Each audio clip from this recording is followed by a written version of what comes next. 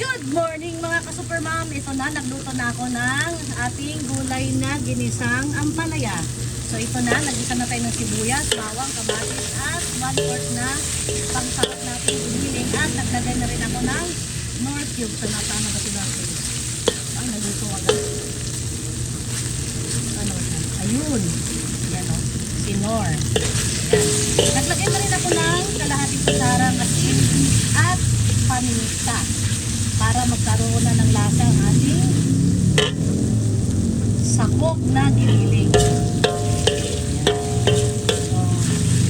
So, sakop pa nung gusto yung mag brown na talaga siya para mas malasa at siguradong luto ang ating giniling.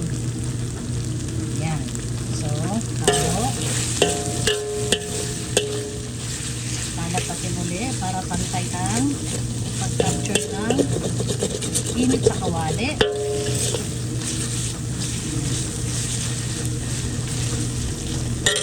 And then wala akong itlog kaya ilagay na natin ang hiniwa ng ampalaya. Oh, saan? Mayroon pa palang dalawa, akala ko wala. Haluin lang natin. Haluin para pantay ang luto ng ating ampalaya. Ang bango. Kung nandito kayo sa tabi ko, maaamoy mo yung aroma ng ating nilulutong ginisang ampalaya na napakasarap.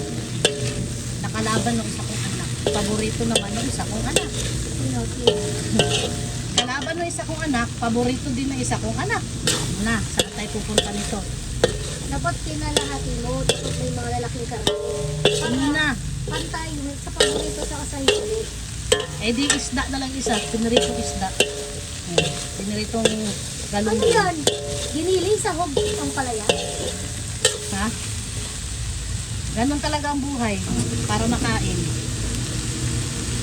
Eto na, medyo half cook na ng konti ang ating ampalaya.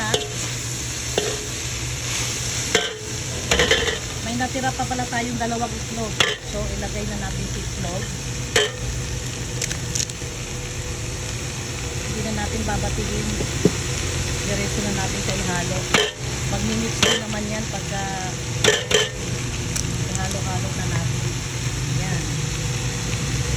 So, para maluto si itlog, ihalo-halo natin si itlog.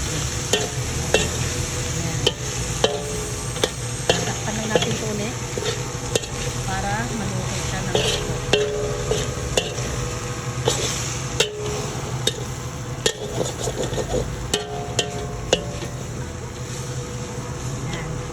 Hayaan muna natin mga 5 minutes lang or 3 minutes luto na yan.